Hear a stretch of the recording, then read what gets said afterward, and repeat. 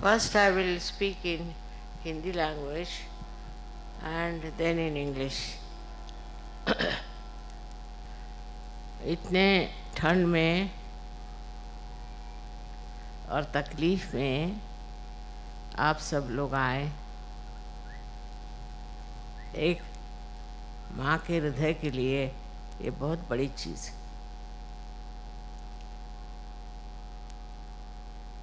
अब और कोई दिन मिल नहीं रहा था, तो इसी दिन आप लोगों को तकलीफ़ उठानी पड़ी और आप लोग इतने प्रेम से सब लोग यहाँ आए। सबका कहना था कि एयरपोर्ट पे माँ हम तो बिल्कुल आपको देख भी नहीं पाए और मैं भी आपको नहीं देख पाई, इसलिए बेहतर है आप लोग आज यहाँ आए हैं सब लोग।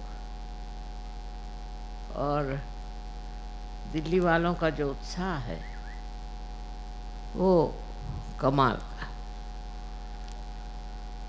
ऐसा ही उत्साह सब जगह हो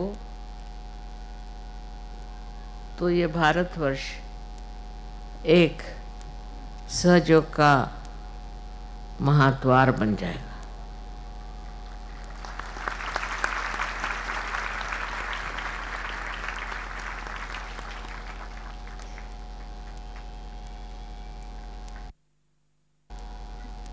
ये एक समय ऐसा रहना चाहिए जिसे घोर कलयुग कहते हैं।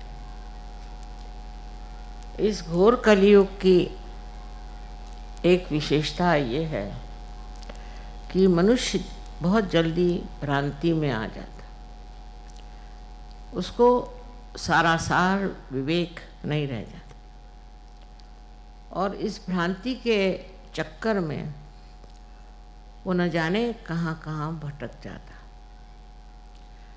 आजकल आप देख रहे हैं कि लोग कैसे कैसे गलत लोगों के पीछे भाग रहे हैं और गलत गलत धारणाएं अपना करके अपना जीवन बर्बाद कर रहे हैं। ये समझना चाहिए कि ये घोर कलयुग, इस कलयुग की विशेषता ये है कि मनुष्य धर्म का पथ छोड़ करके अधर्म के ओर आसानी से चला जाता है और उसमें उसे कोई हिचक नहीं होती, वो परेशान नहीं होता और वो वैसे कर्म करते ही रहता है और उसमें एक तरह की उद्दामता अपने अंदर ले करके उस चीज़ को वो सोचता है कि वो बड़ा सत्कर्म कर रहा है। इतना भयंकर दावानल जैसे चारों तरफ से लगा हुआ दिखाई देता है, उसके बीच आप सहयोगी खड़े हुए हैं। इस कलियुग के बारे में अनेक वर्णन शास्त्रों में है, पर उसमें ये कहा जाता है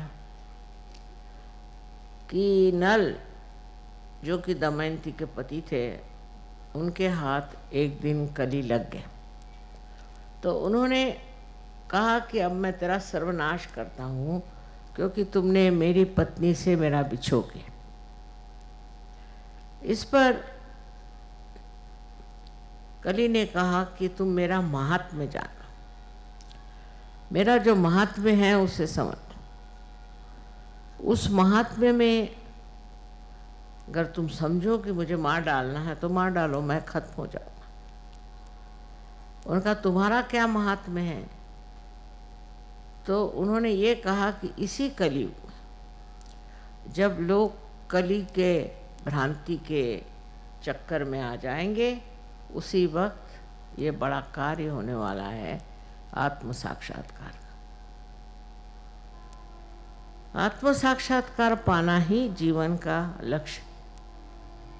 भारतवर्ष में तो यही जीवन का लक्ष्य माना गया कि आप पहले आत्म साक्षात्कार को प्राप्त हो, उसके अलावा और जीवन का कोई भी अर्थ नहीं माना जाता। यही एक लक्ष्य है, यही एक परम पाने की चीज़। और ये आत्म साक्षात्कार कलयुग में आपने प्राप्त किया है, आपने इसे पाया। ये बहुत बड़ी चीज़ है इसको पाने के बाद अब आपने उसकी महत्ता भी समझी, उसको आप गहराई में भी उतरे, और उस गहराई में उतर के आप देख रहे हैं कि इसी से आपको शांति की प्राप्ति होगी और आपको आनंद की प्राप्ति होगी। बहुतों की हो भी गई, बहुतों को मिल भी गया है, और भी इसमें सूक्ष्मता आने लगे। ये सूक्ष्मता समझने की बात, इस सूक्ष्मता को आप समझेंगे तो आप समझ जाएंगे कि आप किधर अग्रसर हो रहे हैं, किधर आप बढ़ रहे हैं, कौन सी आपकी दशा है। अगर अभी भी आप सूक्ष्म नहीं हो रहे हैं तो सोचना चाहिए कि आप में कुछ कमी है और उस कमी को ठीक करना चाहिए। इस सूक्ष्मता की बात करते वक्त शास्त्रों से ही इसका बड़ा आधार मिलता है। ये देश अपना जो है ये अत्यंत गहन विचारों से भरा हुआ और अत्यंत महान सत्वों से भरा हुआ है। इसमें जो लिखा गया है वो अद्वितीय है, उसके जैसी कोई चीज़ किसी संसार में लिखी नहीं गई। यहाँ से लेकर के तो और लोग कुछ ज्ञान लेकर चले जाएं, लेकिन इसकी गहराई में आप ही लोग उतर सकते हैं। लेकिन हम जानते ही नहीं कि हमारे देश में कितना महान पवित्र ऐसा वाङ्मय हो गया है, कितनी बढ़िया बढ़िया चीज़ें हमारे यहाँ प्राचीन काल में लिखी गई और उस पर विवरण किया गया, बताया गया कि क्या चीज़ है आत्म साक्षात्कार और उससे आप क्या क्या प्राप्त कर सकते हैं। हालांकि हमने आपको बहुत चीज़ें खोल खाल के बता दी, समझा दी, लेकिन उसकी अनुभूति हुए बगैर, उसको महसूस किए बगैर आप किसी भी तरह से संतुष्ट नहीं हो सकते। उसकी अनुभूति होनी चाहिए, और वो अनुभूति क्या है ये समझने की ज़रूरत है। सबसे पहले तो समझना चाहिए कि हम 5 तत्वों से बने हों। ये 5 तत्व हमारे अंदर सारी क्रियाएं करते हैं, सब उसी से हमारी घटना हुई, उसी से हम एक मनुष्य जीव बने। सारे जानवरों में हर एक में ये होते हैं, और विशेष रूप से मनुष्य इंसान में इसका प्रादुर्भाव इस तरह से होता है कि कुंडलिनी जो है वो सिर्फ मनुष्य में ही, मानव में ही स्थित होती है, और वहीं वो कार्यान्वित होती है, क्योंकि अब आप अपने चरम स्थिति में आ गए। इसके बाद आपका जो भी कार्य है वो उत्थान का कार्य, और उस उत्थान के कार्य में अब आपको आत्म साक्षात्कार प्राप्त करना है, और उसके लिए कुंडलिनी आप सबके अंदर स्थित है। अब ये मैं बता रही हूँ, लेकिन ये बातें हमारे यहाँ बहुत पुरानी लिखी हुई हैं कि हमारे अंदर कुंडलिनी की शक्ति है, और उसके बाद अनेक लोगों ने इस पर काफ़ी वर्णन किया हुआ है। जैसे 12वीं शताब्दी में मैंने बताया था ज्ञानेश्वर जी ने वर्णन किया, और 16वीं शताब्दी में तो इतने लोग हुए, गुरु नानक जैसे इतने महान कहना चाहिए कि विद्वान, उन्होंने तक कुंडलिनी पर बहुत कुछ लिखा। कबीर ने लिखा, तुकाराम ने लिखा, नामदेव ने लिखा, सब लोगों ने लिखा है कि ये शक्ति हमारे अंदर है, इसे जागरूक करना चाहिए। ये बात समझने की है कि ये हमारे ही देश में लोगों ने इतना क्यों लिखा, क्योंकि हम ये जो देश के देशवासी हैं, ये कोई तो भी विशेष लोग, ये धर्म में पले हुए लोग, इनके अंदर धार्मिकता है, सदियों से धर्म हमारे अंदर बसा हुआ, और धर्म ऐसा है कि हम समझते हैं यह धर्म, ये करना गलत बात है। और देशों में मैं देखती हूँ कि वो धर्म अधर्म के अंदर कोई भी अंतर नहीं पाते। अगर कोई अधर्म करना तो सोचते हैं कि ये तो बड़ी भारी हमारे लिए एक चैलेंज, एक आह्वान है। उस आह्वान के लिए हम ये कर रहे हैं। अगर उनको ड्रग लेना है तो कहते हैं कि इसमें डरने कौन सी बात, ये तो हमारे लिए आह्वान है। कुछ भी गलत काम करना है उसको हम कहते हैं कि हमारे लिए आह्वान। और गलत काम करना वहाँ समझा जाता है कि बड़ी भारी उच्चतर स्थिति मनुष्य की है, जहाँ वो बड़ा भारी एक कहना चाहिए कि योद्धा प्रमाणित होता है। अब इस चीज़ को समझना चाहिए कि हमारी वृत्ति में और इनकी वृत्ति में मूलतः ही फर्क है। मूल में ही हम फर्क हैं और मूल में ही हम जानते हैं कि धर्म और अधर्म क्या है। वो कोई माने या न माने, पढ़े हो लिखे हो या देहात में हो शहर में हो, सब भारतीय जानते हैं कि धर्म क्या है और अधर्म क्या है। व्यवस्थित रूप से जानते हैं तो भी अधर्म करते, तो भी अधर्म में फंसते हैं, तो भी ये चीज़ें करते हैं और उसमें सोचते हैं कि हाँ हमने किया लेकिन गलत किया तो क्या करें। पर जो बाहर के लोग हैं उसको गलत नहीं समझते। इतनी उन लोगों की धारणाएं नहीं बनी हुई, मूलतः उनके अंदर ये विचार ही नहीं आया कि कोई चीज़ पाप और पुण्य। पाप और पुण्य की जो कल्पना है वो सिर्फ भारतीयों को मिली हुई, और इसलिए आप लोग एक विशेष रूप के नागरिक हैं जिनके लिए ये उपलब्ध है, ये मिला हुआ है, ये ज्ञान मिला हुआ है कि धर्म क्या।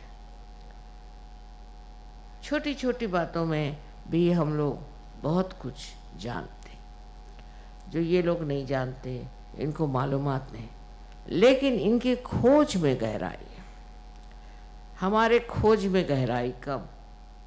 हम लोग ये सोचते हैं कि भाई हम तो ये करते ही आए हैं, ऐसा ऐसा तो हमने किया ही है, तो इसमें कौन सी विशेषता। लेकिन इन लोगों ने क्योंकि अंधेरा देखा है इसलिए प्रकाश का महत्व बहुत जानते हैं। वही बात हमारे अंदर मैं सोचती हूँ कुछ कम है, और इस वजह से हिंदुस्तानी सहयोग में आकर के गहरे उतरना कठिन समझते हैं, गहरे उतर नहीं पाते। आप सबसे मुझे ये कहना है कि सहयोग में एक बार आपका बीज मानो जैसे प्रस्फुटित हुआ, पर इसे एक विशाल पेड़ बनना है। इस विशाल पेड़ के बनने के लिए ध्यान धारणा आदि करना ही है और सहयोग को फैलाना है। आप अगर सहयोग को फैलाएंगे नहीं तो फिर हाँ, आपका प्रसार नहीं हो सकता, आप बढ़ नहीं सकते, आप अंदर गहरे उतर नहीं सकते। इसलिए सहयोग को फैलाना चाहिए। कम से कम हर आदमी चाहे तो 1000 आदमी को आत्म साक्षात्कार आसानी से ले सकते, पर इस मामले में शर्माने की कोई ज़रूरत नहीं, इस मामले में हिचकने की ज़रूरत नहीं, और इस मामले में खुले आम बातचीत करने की ज़रूरत है, क्योंकि आप भारतीय हैं। बार बार मैं कहूँगी कि भारतीयता जो है वो एक विशेष अनुपम हमारे पास वस्तु है, और इसीलिए कहा जाता कि हजारों पुण्य करने के बाद आप भारतवर्ष में जन्म लेते। लेकिन इस धर्म में जो भी धर्म हम मानते हैं, इसको मैं हिंदू मुसलमान क्रिश्चियन नहीं कहूँगी, पर धर्म माने अच्छाई की ओर जो हमारा रुझान है, हम अच्छाई को पसंद करते हैं। ये जो रुझान हमारे अंदर है, वो जो रुझान है उसके कारण ये है कि हमारे देश में अनेक ऋषि मुनि हो गए और उन्होंने बहुत कुछ लिख दिया, बहुत कुछ बताया कि जीवन में क्या चीज़ करने से पवित्रता रहती है। पवित्रता के ओर हमारे अंदर बहुत चिंतन हुआ है, और इस पवित्रता के ओर कोई ज़बरदस्ती से नहीं, संपूर्ण आपको स्वतंत्रता, इस स्वतंत्रता में ही हम बैठ गए। ये जो स्वतंत्रता हमें मिली उसी से हमने रास्ते दूसरे ले लिए। आप पूरी तरह स्वतंत्र हैं, और ये स्वतंत्रता का मतलब होता है स्व का तंत्र। स्व का तंत्र जानना, स्व माने आत्मा, उसका तंत्र जाना, ये स्वतंत्रता। तो हिंदी भाषा में कहिए, आप संस्कृत में, हर एक शब्द उसका अर्थ है। उसके व्याकरण की विशेषता यह है कि उसके जो कुछ भी वर्ण हैं या दूसरे जैसे क ख ग घ वगैरह होता है, ये सब व्यंजन जिसे कहते हैं, ये सब में अर्थ है। एक एक चीज़ में अर्थ है, निरर्थक कोई चीज़ नहीं। एक एक अक्षर आप ले लीजिए तो उसमें बड़ा भारी व्याकरण भरा हुआ। अब ये सारी बातें बताने का शायद अभी समय न हो, पर मुझे ये कहना है कि ये 5 तत्वों को बताने वाले अपने अंदर 5 तरह के व्यंजन बने हों, और इसीलिए व्यंजन को वो शक्ति कहते हैं। और जब व्यंजन में शक्ति आ जाती है तो वही व्यंजन का अर्थ निकल आता है। अब छोटी छोटी बातों में हम लोग समझते हैं कि कुछ भी नाम रख दो लड़के का, लड़की का कुछ भी नाम रख दो, नाम में क्या रखा है। तो ये इतनी गलत बात है कि नाम में क्या रखा है। नाम भी, लड़के का नाम जो है वो भी सोच के रखना चाहिए, क्योंकि एक एक अक्षर में उसमें निहित है, छिपा हुआ है एक बड़ा भारी मर्म, और वो मर्म है कि उसका अर्थ और शब्द दोनों एक साथ रहते हैं, और अर्थ जो है वो शब्द को उसकी सेवा करता है। कोई भी आप शब्द कहिए तो उसके अर्थ में और शब्द में कोई अंतर ऐसा हम लोग नहीं जानते हैं, पर अर्थ जो है वो शब्द की सेवा करता है। और हर एक चीज़ का अलग अलग शब्द होता है।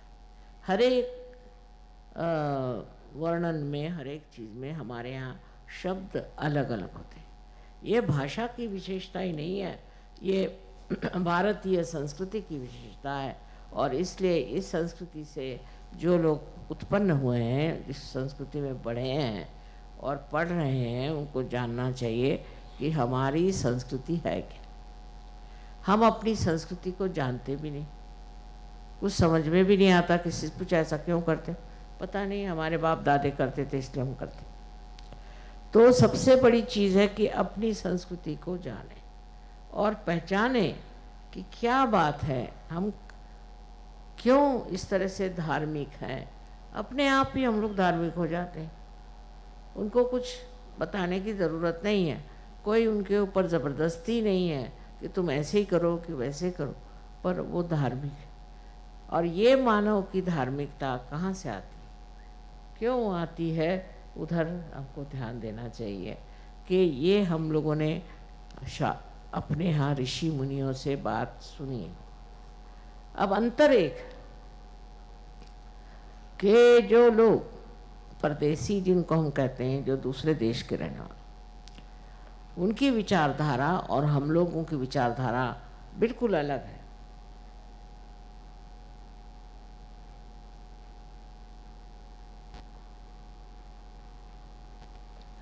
और सोचने का, विचारने का भी जो तरीका है वो बिल्कुल अलग है। इतना अलग है कि आश्चर्य होता। अगर फॉरेन में आप अगर कोई बात कहें, परदेश में आप कोई अगर बात कहें तो उसका पड़ताला लेने लग जाएंगे, उसमें साइंटिस्ट लगा देंगे, उसको देखेंगे ये है या नहीं है। लेकिन उससे वो कहाँ तक पहुँच पाते।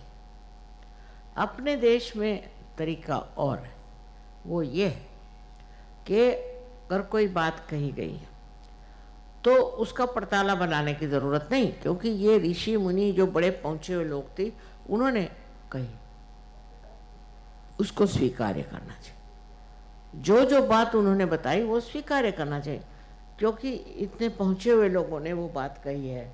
किसी ने जो भी बात कही उसको मान लेना चाहिए, क्योंकि उनसे ज़्यादा अक्लमंद हम नहीं।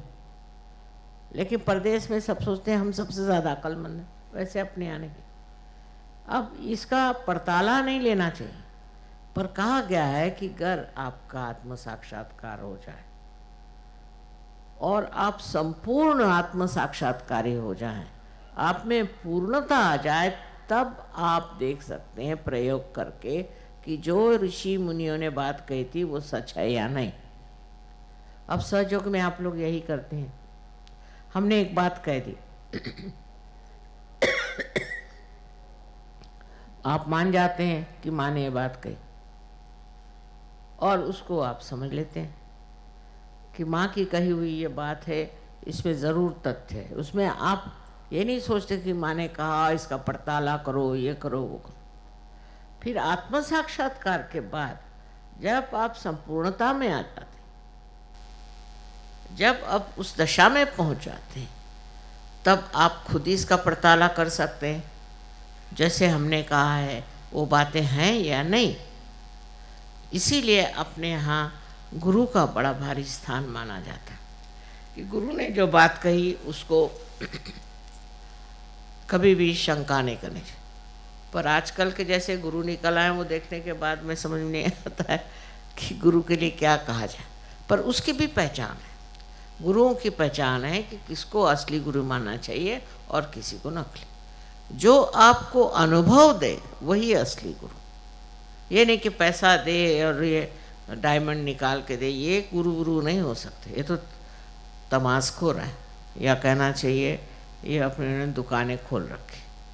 गुरु वही है जो आपको अनुभव दे, और जब ये अनुभव आप में प्राप्त होता है तो उसको स्वीकार्य करो, स्वीकार्य करके उसमें बढ़ो, उसमें पूर्णता आप लाओ, और फिर उसका पड़ताल आप देख लो।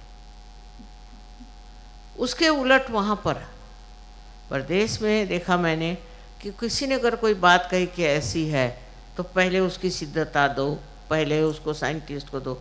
अब वो साइंटिस्ट पार है या नहीं है, उसमें कितनी क्षमता है या नहीं, वो समझ सकता है कि नहीं, इसके लिए वो समर्थ है या नहीं, ये नहीं देखा जाता। किसी ने भी कुछ बात कह दी, उसके पीछे लग गए। फिर उसको दोहरा करके दूसरा आदमी कहेगा कि नहीं नहीं ये नहीं, इसमें ऐसा है। तीसरा आदमी कहेगा कि नहीं नहीं नहीं, ये जो है चीज़ इसमें ये गड़बड़ है, ऐसा है वैसा। क्योंकि उस अभी तक आत्म साक्षात्कारी वो लोग नहीं, और उनमें वो संपूर्णता नहीं है।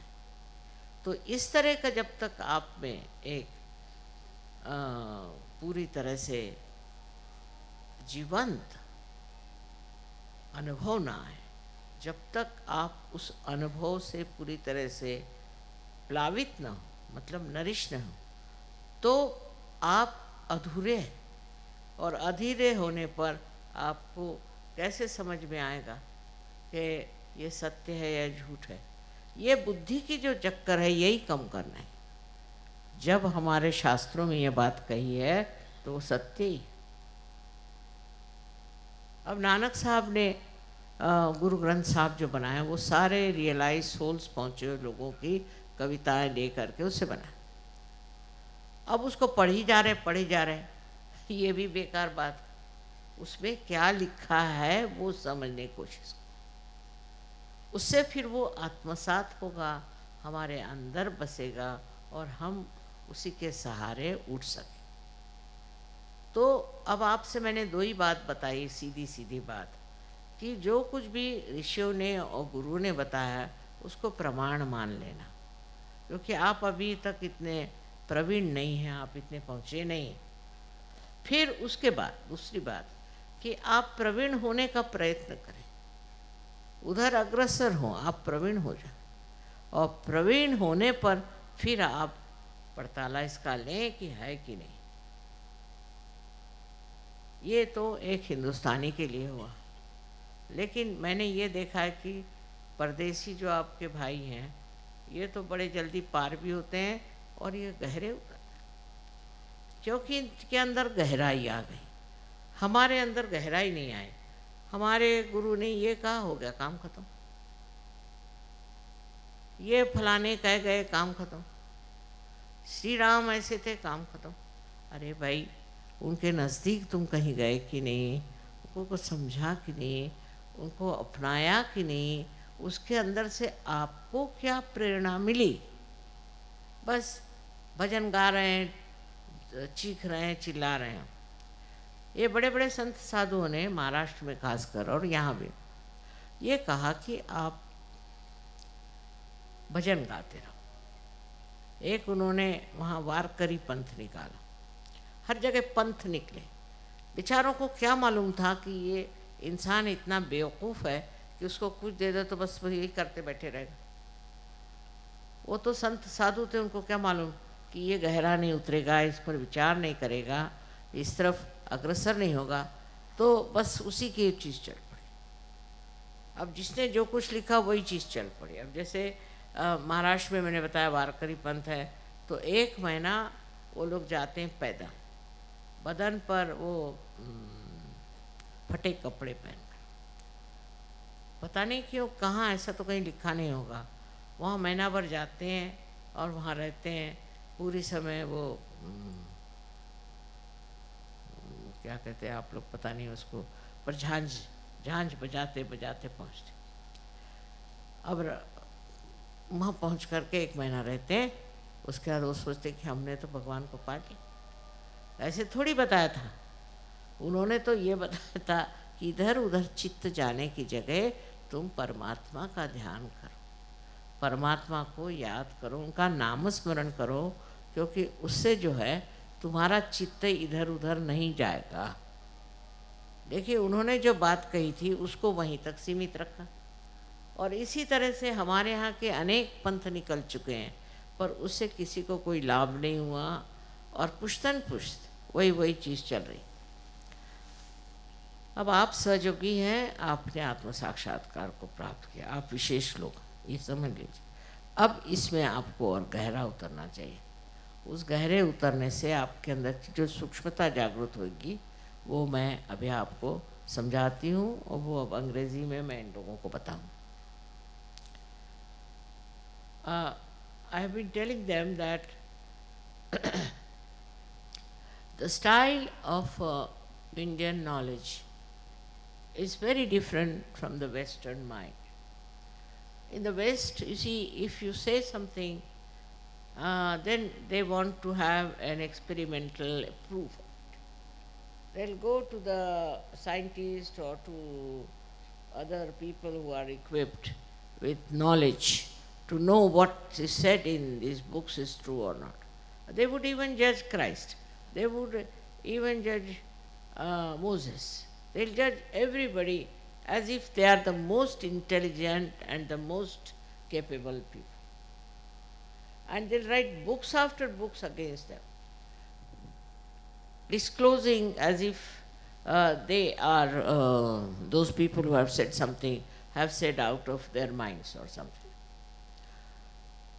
It's never accepted, normally. And if it is accepted, they become absolutely fanatics. So, now, according to Indian style of understanding is that first of all, if a great rishi or a great muni or a great, you can call a saint, has said something, then he has said it. While you have to just listen to that, because you are not equally the same. Whatever he has said is his own experience, his own knowledge, and you have no business to judge him or to say, this is not true, that is not true. You accept it. And once you get your self-realization, it's clearly written down. After self-realization, you have to grow into perfect being, and then you can see for yourself what he has said or they have said is the truth. So the approach is different. In one way, if you start going through science, through this, through that, you cannot reach anywhere. And moreover, your growth is stunted. So what you have to do is to go to this knowledge through believing in what they have said. Whatever Christ has said, you have to believe. Whatever Muhammad has said, you have to believe. Whatever Guru Nanak has said, you have to believe. Whatever Jnanadeva has said, you have to believe.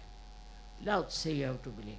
Like that. Because you are not of that spiritual level. So accept it. Now don't try to analyze it. Everything you try to analyze, and in that analysis you get lost. So once you are a realized soul of that level, and then you grow into your fullness, what we call Sampurna, then only you will know whether whatever they have said is true or not, and then you can find out. It's very easy then to know whatever is said is true or not. For Sahaja Yogis now, it's very easy to find out if something is real or unreal, it is truth or untruth, it is love or hatred. Only through vibrations you can know. But going beyond that, I am saying, beyond that one has to know what are these vibrations and what are they made of.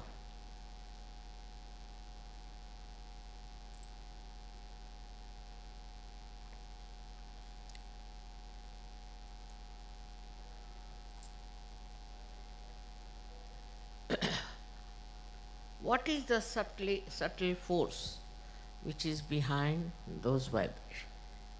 We call it is Param Chaitanya, all right, Param Chaitanya, so what happens to you when you get Param Chaitanya is something to be understood, the subtleties.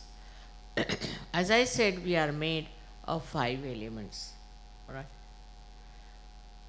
So when you get your awakening, when the Kundalini reaches Sahasrara and opens out your fontanelle bone area, you become one with the divine power, then this divine power itself starts flowing through you. A connection is established. Now when it starts flowing through you, this Shakti, this starts flowing through you, then what happens? The subtle part we should understand. The subtle part is like this, that these 5 elements we are made of, these vibrations gradually start breaking into the subtler form of which they are made. So the first thing such a person has is the breaks. You see, as it is said that word is God, said also in the Bible. The word is God. Now what is this word? Word is a silent, we can say, silent commandment. We can call it like that. But from that word comes, according to Indian philosophy, is another thing that we call as Bindu.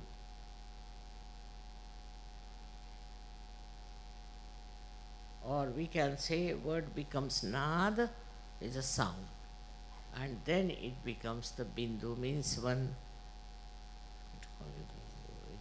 one small dot, you can say. And then from this dot, you see all these 5 elements start coming one after another. The first element that comes out is light. Tej, light, is the first element that comes out. So the essence of the first element is light. We call it Tej, Tejas. It is written, of course, in Sanskrit, but we should understand that how the light pervades Sahaja Yoga so much, and you see the light all everywhere. So the first element, which is light, and you can say in English, the light's subtle thing is, we can say, enlightenment, you can say. But enlightenment has another meaning. So we can say it's Tej. For example, a person who gets realization has a face which is very radiant. So we can say the radiance. The radiance is the subtlety of the light. So this radiance starts showing on your face. radiance start expressing itself, and with that radiance people get impressed, and they start thinking something special about this personality which has radiance. Now you have seen my photographs also, wherever they are. Many a times you find lots of light around. That is nothing but the light in me is giving radiance, because the light becomes subtler. When the light becomes subtler in me, light is one of the elements. When it becomes subtler, then it gives radiance. And so, this is the subtle growth within you that takes place. Your faces also start shining. They too have radiance, and they too have a kind of a different complexion, I would say. This radiance is to be understood is the subtle of the light, of which we are made light in the gross manner. Then after this, from the light comes the second thing, which we call as Vayu in Sanskrit, meaning the air. So the air that we have, which is gross air, what is the subtle of air?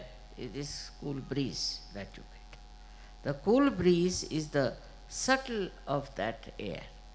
So the subtle of what you understand as cool breeze is what we call vibrations.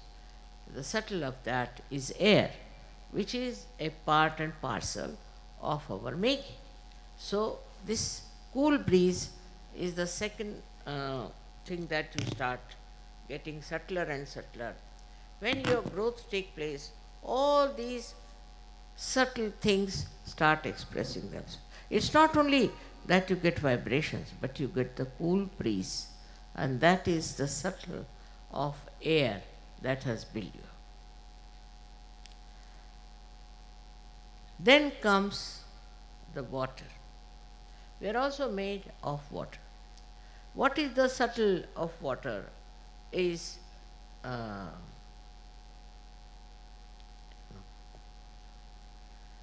sometimes English language, becomes little short of expression, but they call it,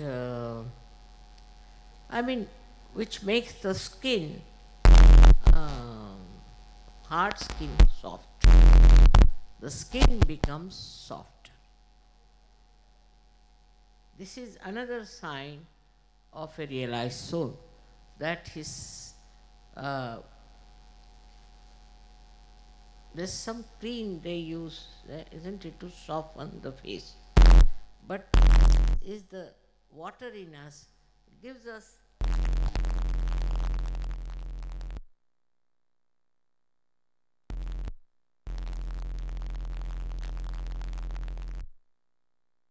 very visible.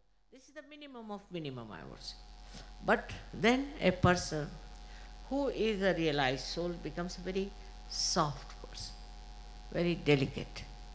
When he talks to somebody, in his voice there is warmth, or I should say there is कहते हैं ना अपने आप पानी, हिंदी में कहते हैं पानी होना. They to have that flow, watery flow and coolness of the water.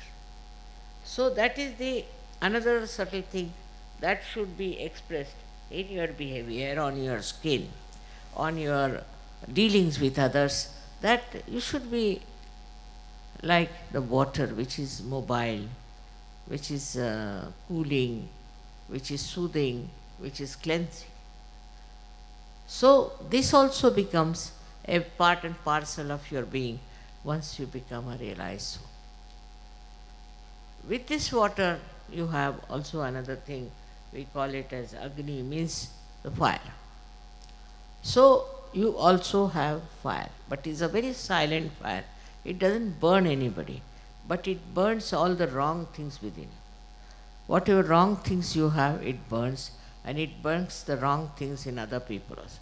For example, a person comes with a great anger towards you. What happens that this anger becomes cooled down with the fire that is there. Moreover, a realized soul cannot get burnt. Fire cannot burn. The burning cannot come to him. It's very important to understand. Also, if you are doing something wrong, it may burn you. But if you are a good Sahajogi, and I should say a perfect Sahajogi, fire will never burn. We have an example of Sita ji that she went into the fire pit, nothing burnt. So this is what one has to understand, that once you get to the subtleties of the fire, so the fire and the water, both of them become sort of divine. For example, the water which you touch, water you drink, whatever you put your hand in the water becomes vibrated. Means what? The subtlety of the water comes in it. The coolness, curing power also comes in that water. So when it becomes subtler, all these powers start showing, which you can see for yourself. You don't have to experiment. Then the lastly is the Mother Earth. It's most important, is Mother Earth. There's a photograph you might see which was taken in Russia in my dacha, where the Kundalini is in the Mother Earth. They have clearly. It's there. And it is the Mother Earth which shows. For example, I've seen flowers. If you keep them in my room, they blossom. They can become very big like that. Never people have seen such big flowers. Sometimes they see. I'm doing nothing, I'm just sitting down, and what happens to the flowers? You see now, there, this principle of the Mother Earth works. The subtle Mother Earth, his works, it's a mother. And that gives you all the nourishment and makes you grow healthy. And this is how this subtlety works of the Mother Earth. Mother Earth is the one who is a giver of birth to all these flowers and all these trees and all that. But it also plays a big part in us. It's not only the Mother Earth that exists without our connection. And we do not respect the Mother Earth.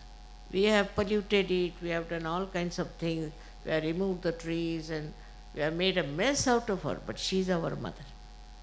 And so many subtle things of this Mother Earth come into us. One of them is gravity. A person becomes very attractive, not in the physical sense, but in the spiritual sense. Such a person attracts others. They feel attracted and they feel that something special is about this person. This is one of the quality of the Mother Earth. If she had not kept us attracted, we would have fallen off with her movement. And also other qualities of the Mother Earth also start manifesting within us, and we become very, I should say, extremely tolerant, patient person. Tolerant and patient. Extremely tolerant and patient. But if you are not tolerant, if you are hot-tempered and all that, that Mother Earth principle has not expressed itself. Look at the Mother Earth, how much she tolerates our nonsense, how many wrong things we do against her, but still she tolerates. Sri Ganesha's quality is to tolerate, to begin with. Up to a point he tolerates. In the same way, we too become extremely tolerant, patient and forgiving. This is the minimum of minimum that should happen to all the Sahajogis who have vibrations. Because now I have told you all the things that are expressed in your vibrations. It's a thing to be understood that what you have become now is something very great. It's not happened to others. It's not happened to somebody who is not been a Sahajogi. You see the people who go to church or to mosques or to temple, see their faces. Look at them, how they do look like. They haven't got anything from the temple, they haven't got anything from the mosque, they haven't got anything from any one of these places where they go to worship. So that is artificial. That has become something, I should say, without any connection with the reality. Only after realization you are connected with reality and you can get the understanding of all these subtleties working through you. Why I am telling you this? Because I want you to know and recognize yourself, to understand what you are, what you have got. Once you recognize yourself and understand yourself, you can do a lot. First of all, to say that I am a Sahajogi itself should be very much with self-confidence. And as a self-confident person, should find out what have I done as Sahajogi, what can I do as Sahajogi. Some Sahajogis have done wonders. They have done such a lot of work of Sahajoga, while some Sahajogis are still writing to me that my husband is fighting with me, my son is like this, my mother like this. All the time, you see, letters after letters come to me. You are a Sahajogi. Now you just see to your subtleties. Work it out. They think I am here to solve their problems, their family problems and their jobs and things. I am not here for that. I am here to give you self-realization. And the understanding that whatever you have got, you must accept as a challenge. Take it up as a challenge and you will be amazed how you will be helped and how you will get the results. Sahaj doesn't mean only that you get spontaneous realization. It also means you get spontaneity. The whole nature gets spontaneity. All those subtle things that I have told you, they all get spontaneous and they work it out. Of course, there are angels and there are ganas who are helping you. But you need not worry about them just now. Main thing is you must realize what you are, what you have got, and how much you have faced it, you have got it, and how it has worked. I have seen every time I just have a little problem of something, immediately it works. It works with such quarters and such people that I never expect. Just comes in. Everything works out. But whatever works out is for your good, is for your growth, for your understanding that you are a Sahajogi. You have entered into the kingdom of God. But this you have to develop. Also introspection can tell you that are you working out all those things or not. If you take to introspection, you will be surprised to say, yes, you have these powers and you can do wonders. So I bless you all. Please develop those subtle things within you. They are already there. You don't have to do anything. Only understand and locate. Thank you very much.